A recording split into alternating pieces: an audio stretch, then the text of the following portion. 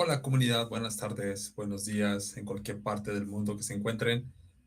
Eh, Vamos a retomar nuestros episodios aquí en nuestro canal de hidrógeno. He estado un tanto ocupado porque, como bien saben, pues he estado trabajando en mi propia empresa, en el desarrollo de la misma, en lo que es la tramitación para poderla registrar aquí en Alemania. Y afortunadamente ya lo he logrado y ahora ya tengo mi empresa operando. Tenemos un mes operando con él, entonces esa es la razón por la cual hemos estado un tanto desconectados. Pero vamos a retomar este canal, vamos a seguir presentando episodios relacionados con los temas de hidrógeno, con algunas visitas que realizaré en los próximos días, en los próximos meses también, y tratando de estar conectados con la audiencia, tratando de responder a sus preguntas. Cualquier duda que tengan, saben que pueden enviarme un mensaje y yo se los contaré brevemente, ya sea en un día o en el transcurso de la semana. Pero hay que estar conectados para poder hacer crecer este canal, poder llevar este conocimiento a más personas. Por lo tanto, en este episodio vamos ahora a abordar un tema bastante interesante, que es el tema del hidrógeno en la movilidad, tanto en vehículos privados como en vehículos de transporte. En este caso, pues lo que son los autobuses.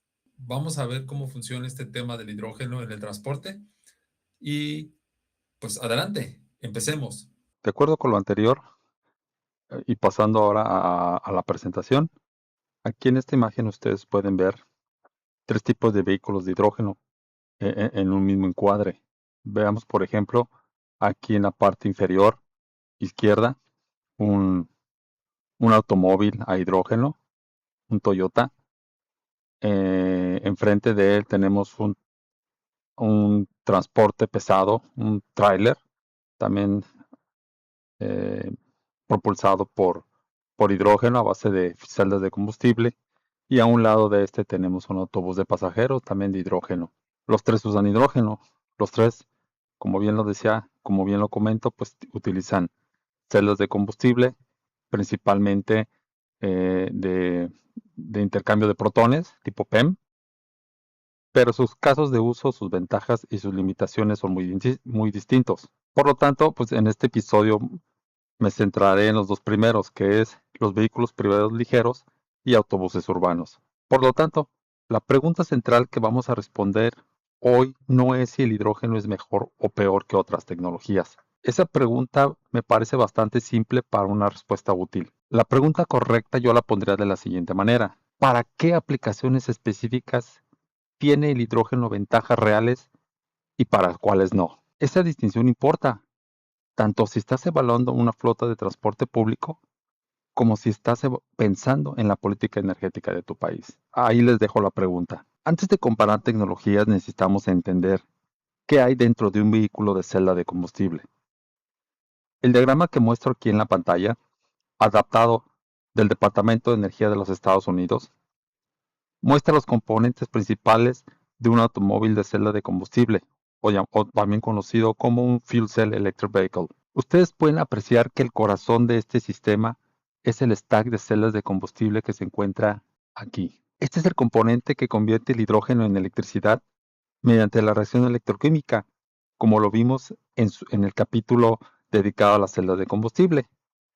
Ese es el stack que alimenta al motor eléctrico de tracción, este que se encuentra en la parte de aquí enfrente. Además de esos componentes tenemos el convertidor de corriente directa a corriente directa. Tenemos también un sistema de térmico de enfriamiento, que son los paneles que aparecen aquí. Tenemos también lo que es los tanques de combustible, que en este caso pues son estos dos tanques que tenemos en la parte posterior del automóvil. Estos tanques llegan a almacenar hasta, bueno, dependiendo de la tecnología, algunos pueden almacenar, no sé, 5.6 o 7 kilogramos de hidrógeno, dependiendo del tamaño de los tanques. Y algo muy importante aquí es que estos tanques, la presión de estos tanques es típicamente de unos 700 bar, comúnmente para vehículos ligeros. Estos tanques pues están fabricados de materiales compuestos de fibra de carbono. Por ejemplo, en el Toyota Mirai, que también tuve la oportunidad de conocerlo, su sistema tiene tres tanques de almacenamiento y todos ellos pues almacenan alrededor de 5.6 kilogramos de hidrógeno. Tal vez esto parezca poco, pero recuerden que el hidrógeno tiene una densidad energética gravimétrica, o sea, por unidad de masa, de 120 megajoules por kilogramo, lo que es casi 3 veces la de la gasolina. El resto de los componentes, pues tenemos el convertidor, ya lo mencioné, tenemos también un controlador eléctrico de potencia, tenemos un paquete de baterías aquí en la parte posterior y otro en la parte del frente, la parte frontal. Es importante decir que no es una batería grande como en un vehículo eléctrico puro. Más bien es una batería que sirve como buffer. Es relativamente pequeña y que cumple dos funciones. Primera, esta batería va a absorber los picos de demanda de potencia durante la aceleración. Es decir, cuando le exijamos potencia al automóvil, la batería va a absorber ese pico, ya que el stack por sí solo pues no lo va a poder hacer. Y segunda, recuperar la energía de frenada regenerativa. Esa energía que en un vehículo de combustión interna se pierde como calor en los frenos, si mal no lo recuerdan. Algo importante también aquí es que la diferencia fundamental es la fuente de energía. En lugar de enchufarse a la red, el automóvil de celda de combustible genera su propia electricidad a bordo a partir del hidrógeno y no necesita de enchufarse a ningún tipo de contacto eléctrico. Pueden apreciar aquí también su conexión de repostaje, que en el capítulo siguiente voy a hablar más acerca de las estaciones de repostaje. Y entonces, pues eso lo he reservado para otro capítulo por separado. Vamos a la siguiente diapositiva. En esta diapositiva se pone en perspectiva lo que acabo de explicar hace un momento. 5 tecnologías de propulsión, 5 configuraciones distintas de tren motriz. Tenemos un automóvil de combustible flexible, podemos tener el vehículo de gasolina, un vehículo completamente eléctrico. Aquí pueden ustedes apreciar todo el banco de baterías que necesita este vehículo para poder operar. Tenemos en la parte superior un vehículo eléctrico híbrido, es decir, a gasolina y con celdas y a batería. Y en la parte inferior tenemos un vehículo eléctrico híbrido. En primer lugar, tenemos que el vehículo de combustión interna, gasolina o de combustible flexible, que son los que aparecen en esta parte, pues es el más simple en términos de cadena energética. Ustedes pueden ver aquí que pues tenemos tanque, motor térmico, caja de cambios, eje motriz, sin electrónica compleja y sin gestión de baterías. El vehículo eléctrico de batería elimina, por otro lado, completamente el motor térmico. Pero aquí tenemos un cargador a bordo, almacenamiento en batería, motor eléctrico, variador, eje motriz, más simple mecánicamente, pero con la limitación del tiempo de carga, que ese es uno de los problemas. Bueno, no llamarlo problema, es una de las desventaja para ciertos usos este tipo de automóvil. El híbrido en paralelo combina ambos mundos, motor térmico y motor eléctrico, compartiendo el mismo eje, pero con la complejidad de gestionar dos sistemas de propulsión. Entonces, ya vimos que en el auto de celda de combustible tiene la cadena más larga, es un sistema de almacenamiento a alta presión. Tenemos el balance of plant de la celda de combustible, un stack, el almacenamiento eléctrico, llamado buffer, el motor eléctrico y el variador. Y finalmente, pues también se tiene un eje motriz.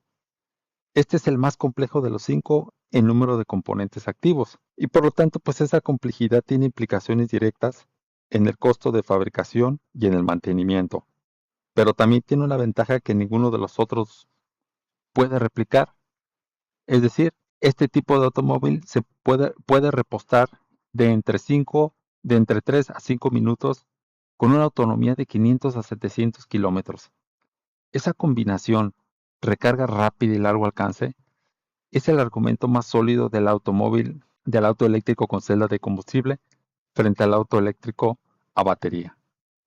Sin embargo, pues aquí hay ciertos argumentos contrarios a esto y que ustedes van a poder, después de ver este episodio, ustedes van a poder formar su propia conclusión con respecto a ello. Pasemos a la siguiente diapositiva. Aquí vemos una tabla, tiene mucha información, mas sin embargo me voy a enfocar más en lo más importante, en los 4 puntos que más impactan en la decisión de compra y de política pública. El primero de ellos es el costo de adquisición o costo de compra. El auto eléctrico de pila de combustible con las mismas características con respecto a sus competidores de otras tecnologías, pues es el más caro. Estos automóviles rondan actualmente entre los 50,000 y los 70,000 dólares, euros, perdón, para un vehículo de segmento medio. El auto eléctrico a batería está en un rango similar para vehículos de gama alta, pero hay opciones por debajo de los 30,000 euros. Esto hace que el auto de combustión interna pues siga siendo el más accesible. Por otro lado, tenemos el costo de combustible y energía. Aquí podemos ver que el auto eléctrico de batería tiene la ventaja más clara. La electricidad es más barata por kilómetro que el hidrógeno o la gasolina en prácticamente todos los mercados. En conclusión, puedo decir que el hidrógeno sigue siendo caro. Este ronda entre los 10 y los 15 dólares por kilogramo en la mayoría de los mercados maduros, lo que eleva el costo por kilómetro del auto eléctrico de celda de combustible por encima del auto eléctrico de batería. Luego tenemos la infraestructura. Vemos que el vehículo eléctrico puede cargarse en casa, mas sin embargo sí se requiere una inversión de alrededor de 1,000 a 3,000 euros para un cargador doméstico, mientras que por otro lado el auto eléctrico de celda de combustible no necesita más que una estación de repostaje de hidrógeno. ¿Por qué? Porque se no puede recargarse en casa. Y estas estaciones son escasas en la mayoría del mundo. Y eso es el principal obstáculo para la adopción masiva del automóvil eléctrico de celda de combustible privado, ya que no hay muchas estaciones de repostaje aún distribuidas a lo largo de los países. Y finalmente podemos hablar de lo que es el impacto ambiental de este tipo de tecnologías. Aquí ambas tecnologías pues tienen el mismo punto débil, dependen de cómo se produce esa energía. Esto es muy importante. Un auto eléctrico de batería o vehículo eléctrico cargado con electricidad de carbón tiene más emisiones de ciclo de vida que un auto de combustión interna moderno, y un automóvil de pila de combustible alimentado con hidrógeno gris, que es producido con gas natural sin captura de CO2, tampoco es verde. La siguiente diapositiva va a mostrar este tipo de comparación. Déjenme decirles que este gráfico es uno de los más importantes de este episodio. ¿Por qué? Porque muestra las emisiones de gases de efecto invernadero en gramos de CO2 equivalente por kilómetro, contabilizando todo el ciclo de vida del vehículo, desde la extracción de los materiales hasta el final de su vida útil. Los números que quiero que retengan son estos. Por ejemplo, un vehículo de gasolina con biocombustibles, pues si se fijan, genera alrededor de 235 gramos por kilómetro de contaminación. Un auto eléctrico alimentado con mezcla eléctrica media europea proyectada para el 2025 al 2044, pues genera alrededor de 63 gramos de CO2 por cada kilómetro recorrido, y con electricidad renovable esa cantidad pues se reduce hasta 52 gramos de CO2 por cada kilómetro. Si vemos el auto con celda de combustible, su generación de CO2 pues se reduce a 50 gramos por kilómetro. Y como pueden ver, pues es el valor más bajo de todos. Pero ahora miren la última barra. ¿Qué pasa si ese mismo automóvil de celda de combustible se alimenta con hidrógeno extraído de gas natural? Pues ahora su emisión de CO2 se eleva hasta el 175 gramos por cada kilómetro, casi igual a un vehículo de gasolina. Pero eso no es un argumento contra el hidrógeno, es un argumento contra el hidrógeno gris. Eso tiene que estar bastante claro. La tecnología en sí es tan limpia como la fuente de energía que la alimenta. Y ese es exactamente el mismo argumento que se aplica al auto eléctrico de batería, tan limpio como la red eléctrica que lo carga. La conclusión a la que quiero llegar con esta gráfica es que tanto el auto eléctrico como el auto a celda de combustible con energía renovable tiene emisiones de ciclo de vida muy similares y significativamente menores que cualquier tecnología de combustión actual. La diferencia entre los dos no está en las emisiones, está en la infraestructura, el costo y las aplicaciones para las que uno es más adecuado. Y quiero subrayar esto último. Las aplicaciones para las que cada uno es más adecuado. Bueno, pasamos a la siguiente diapositiva. Y para ser sinceros, esta diapositiva es la que más me gusta de todo el episodio. ¿Por qué? Porque pone números reales a algo que se discute mucho de forma abstracta, que es la eficiencia energética de cada tecnología de punta a punta. Partimos de los 100 kWh generados con energía renovable, y podemos ver que puede ser solar o eólica, y lo seguimos hasta las ruedas del vehículo en cada tecnología. Por eso a este análisis se le conoce como del pozo a la rueda. Es la eficiencia energética por tecnología. Vamos a partir entonces analizando primeramente lo que es el Tesla Model 3 y vemos que es un auto eléctrico. Y vamos a comenzar con los 100 kWh generados a partir de esta energía renovable, que va a pasar a través del sistema de transmisión y posteriormente distribución. Esto pues ya me le está quitando una parte de esa energía eléctrica disponible. Ahora ya tengo 92 kWh debido a esas eficiencias. Y posteriormente pasamos a lo que es un cargador rápido eléctrico, cuya eficiencia ronda los 90-92%.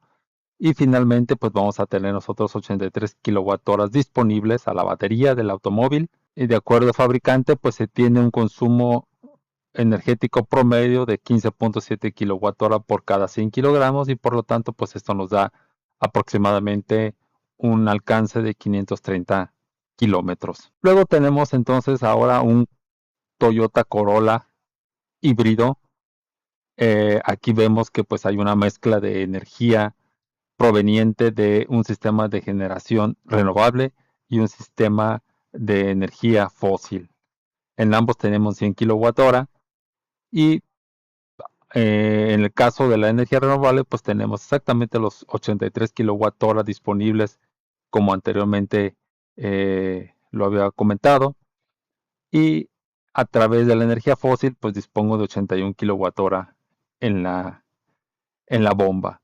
Y entonces, pues esto suministra al automóvil Toyota Corolla, y también de acuerdo a los datos del fabricante, pues se tiene un consumo de combustible de alrededor de 4.6 litros por cada 100 kilómetros y un consumo energético equivalente a alrededor de 14 kWh por 100 kilómetros, y esto nos da finalmente una autonomía muy alta, que es de 980 kilómetros. Pasemos entonces al caso del Toyota Mirai. Aquí la cadena de conversión es más larga. Vamos a ver que de 100 kWh generados con renovables, la transmisión eléctrica entrega al final 92 kWh. Posteriormente, pues esta energía pasa al electrolizador, cuya eficiencia en promedio pues son un 70%, 72%, no sé, depende también de la tecnología y de la operación. Bueno, después de esto pues ya tenemos nosotros 64 kWh disponible en hidrógeno. Este hidrógeno pues pasa a un compresor para llegar a la presión requerida por el automóvil. Aquí se comprime, tiene una eficiencia también. Aquí ya tenemos 58 kWh. Llega entonces al sistema de lo que es transporte y al dispensario o el dispensador de hidrógeno. Y también tiene una eficiencia debido a que pues algunos equipos que conforman todo lo que es la estación de servicio de hidrógeno pues requiere también de energía eléctrica.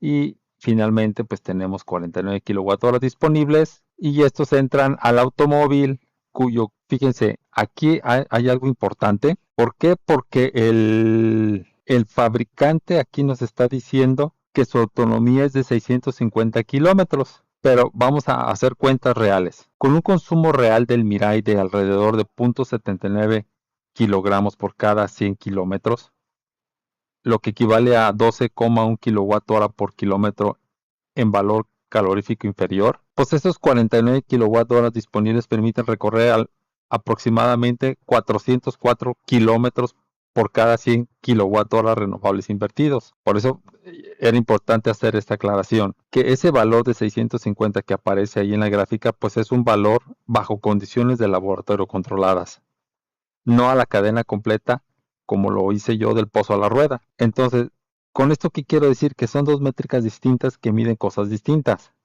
La que importa para comparar tecnologías desde el punto de vista del sistema energético es la que yo hice a través del pozo a la rueda. Entonces, finalmente, ¿cuál es el alcance real del Mirai? Pues de alrededor de 404 kilómetros. Haciendo la comparación directa ya verificada, por cada 100 kWh de renovables, vemos que el auto eléctrico recorre 530 kilómetros y el auto eléctrico pero con celda de combustible recorre aproximadamente 404 kilómetros. Por lo tanto, el auto eléctrico de batería es, vamos, un 30% más eficiente en el uso de la energía renovable de punta a punta. Ese 30% de diferencia es real y técnicamente significativo, especialmente, vamos, en un contexto donde la energía renovable sigue siendo escasa y costosa, pero no es la diferencia abismal de 3 veces que a veces se cita en debates sobre movilidad de hidrógeno, ya saben. Quien cite ese factor de 3 probablemente está comparando el auto eléctrico de batería con la cadena completa de producción del hidrógeno, que incluye compresión a muy alta presión, licuefacción u otras pérdidas adicionales que no corresponden a todos los escenarios. La conclusión honesta a la cual yo llego es la siguiente. El auto eléctrico de celda de combustible es menos eficiente energéticamente que el auto eléctrico de batería en vehículos ligeros. Eso lo acabamos de ver. Pero esa diferencia tiene consecuencias reales en términos de coste energético por kilómetro. Pero la brecha no justifica descartar la tecnología. Justifica aplicarla donde sus ventajas operativas, repostaje rápido, autonomía larga, superan ese coste adicional de eficiencia. Entonces hay que tener cuidado con las comparaciones y hay que tener cuidado cuáles son las ventajas operativas de una tecnología y de otra, bajo qué circunstancias. Ahora bien, pasemos a la siguiente diapositiva. Este es un caso real, es un caso en donde tuve la oportunidad de subirme a un automóvil Hyundai Nexo en la empresa en la que trabajaba anteriormente aquí en Alemania. La empresa se llamaba Hydrogenius Technologies. Y quiero mostrarles algo. Vamos a dejar los números por un momento y vamos a algo concreto. Ya lo decía, estas fotografías son del Hyundai Nexo.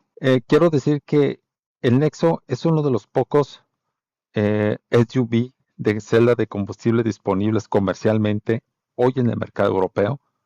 Me parece que ya está por salir una nueva versión. Esta versión de la que estoy hablando es del 2022. Y pues estos son sus datos reales de operación, no los datos del fabricante. Son los datos de uso cotidiano. Vamos, tiene un consumo medio en condiciones reales de 1 kilogramo de hidrógeno por cada 100 kilómetros. El tanque tiene 6.3 kilogramos de capacidad, lo que da una autonomía práctica de alrededor de 630 kilómetros por cada repostaje. La potencia del sistema es de 120 kilowatts, lo que equivale aproximadamente a unos 163 caballitos de vapor, y su precio en ese entonces era de alrededor 70,000 euros, que todavía es bastante caro. El repostaje tomaba alrededor de 3 a 5 minutos. Tuve la oportunidad también de cargarlo porque me lo entregaron casi vacío, entonces tuve la oportunidad de recargarlo con una tarjeta y pues sí, más o menos duré yo unos de 3 a 5 minutos, no recuerdo muy bien. Y quiero decir que esta es una de las ventajas operativas más tangibles frente a un auto eléctrico que tarda, pues no sé, más tiempo. No sé exactamente ahorita porque pues ya hay supercargadores que probablemente un auto que te lo carguen, no sé, al 100%, pues puede durar, no sé, 10 minutos o 12, no sé, no lo tengo yo no tengo ese dato de momento, porque no he probado yo un auto eléctrico, entonces pues no me comprometo a decir que este es exactamente el tiempo. Pero bien, la realidad es que eh, el auto eléctrico de celda de combustible privado, hoy en día, pues ya es una tecnología madura. eh, la experiencia de conducción fue excelente, a mí me gustó, pues. Eh, sí noté un poquito de eh, que le costaba despegar al automóvil, ¿sí? Era un poquito a veces lento. El precio es alto y algo que también quiero dejar bien claro es que la infraestructura aún es limitada en cuestión de estaciones de repostaje de hidrógeno. Claro, esto no es un argumento definitivo ni a favor ni en contra. Es el estado real del mercado en el 2025. Esto puede cambiar probablemente en el futuro, ya sea para bien o mal. Aquí les dejo algunas de las fotografías. Aquí, ese es el interior de ese automóvil Hyundai. La verdad era bastante elegante, me gustó el interior. Era muy fácil de cargar, eso también. De cargar el repostaje fue sencillo, no tiene muchas complicaciones, únicamente hay que pegar la pistola al automóvil, ese se cierra, genera un seguro automático y ahí empieza a repostar. Esta es la bomba de hidrógeno y pues el carrito aquí lo tenía fuera de mi departamento. Pasemos a la siguiente diapositiva. Pasando al segundo gran segmento de este episodio, que son los autobuses. Y aquí el caso de uso del hidrógeno es significativamente más sólido que el del vehículo privado. Veamos aquí un bus eléctrico de pila de combustible. Este combina una celda de combustible, también del tipo PEM, como los automóviles, con baterías o con condensadores. El diagrama que se muestra aquí muestra cómo fluye la energía.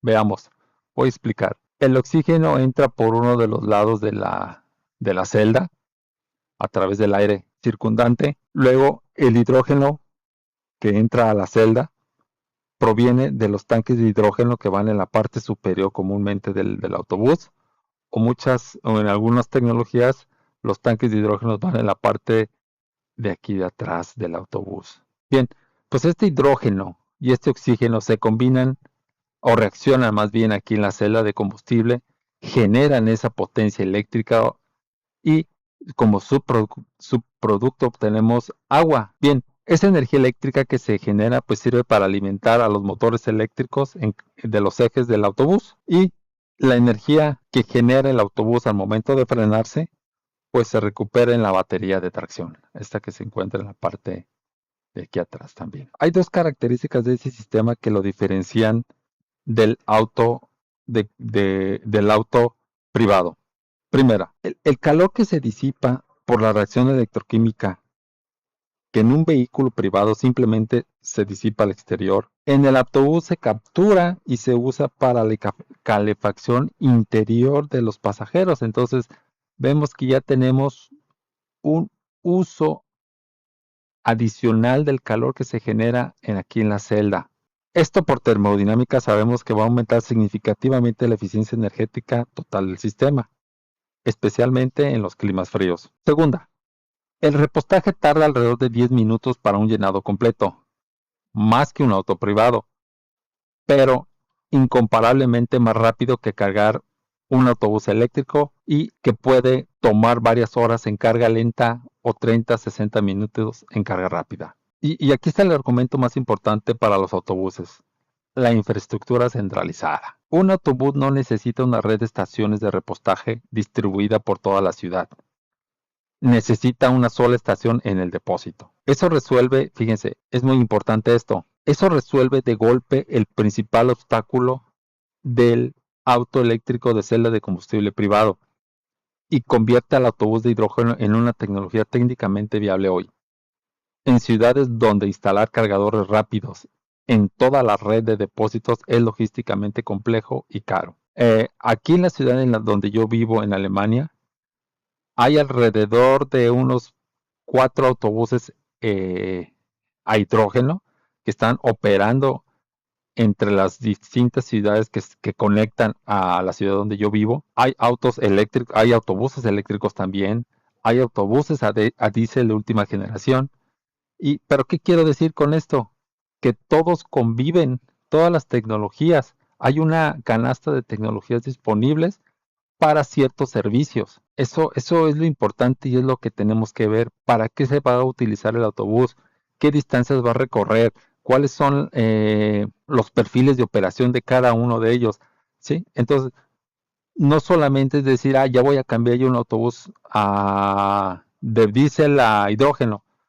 Hay que estudiar y analizar bien para qué lo voy a utilizar. Va a ser recorridos largos, va a ser recorridos cortos, no sé, muchas cosas se tienen que considerar para poder tomar este tipo de decisiones. Vamos a la siguiente diapositiva. Veamos aquí los trenes motrices para autobuses urbanos. Los trenes motrices de los autobuses urbanos siguen la misma lógica que los vehículos privados. pero con diferencias de escala relevantes. Veamos.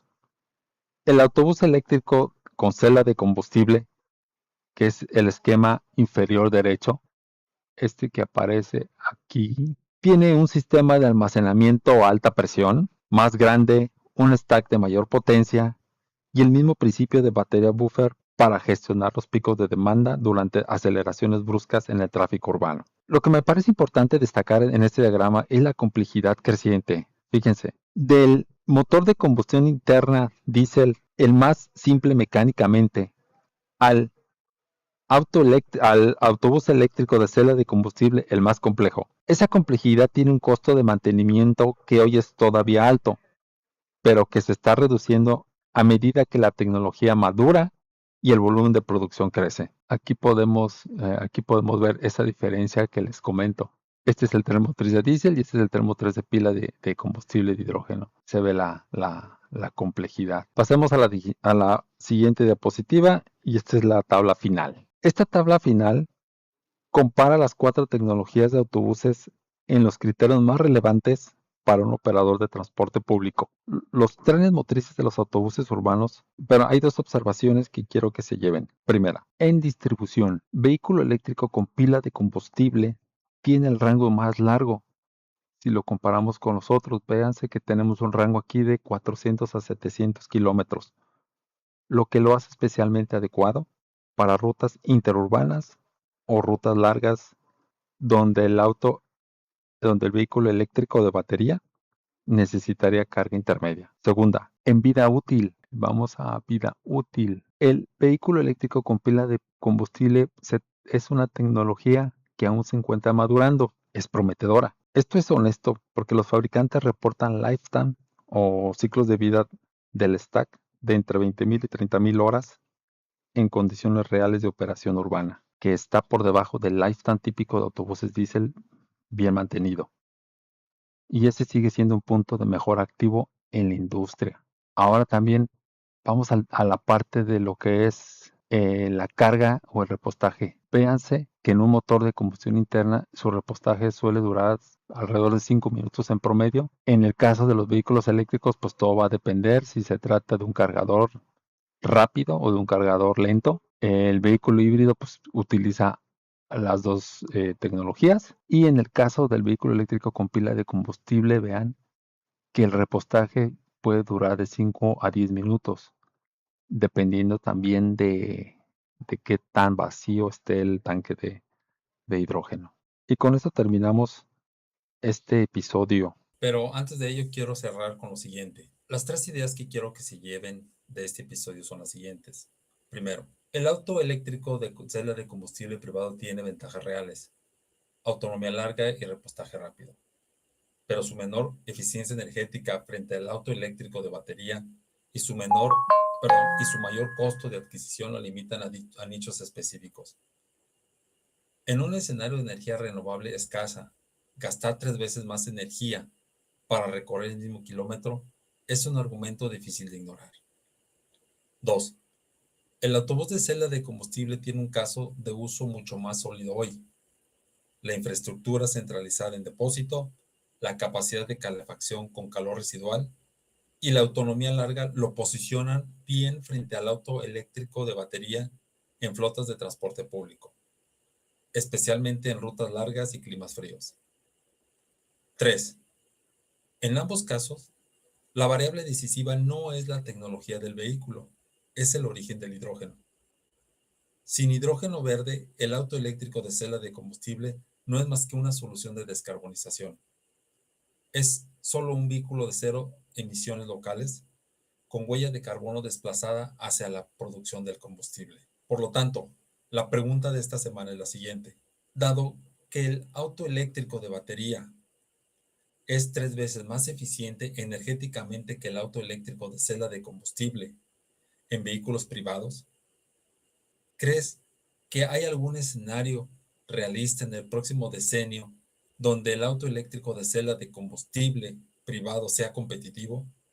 ¿O el hidrógeno debería enfocarse exclusivamente en flotas pesadas y transporte público? ¿Qué piensas tú? Déjame tu respuesta en los comentarios y nos vemos en el episodio 14 porque aquí visitaremos en detalle las estaciones de repostaje de hidrógeno y veremos de primera mano cómo funciona esta infraestructura. Y llegamos al final de nuestro episodio y nos vemos hasta entonces. Chao.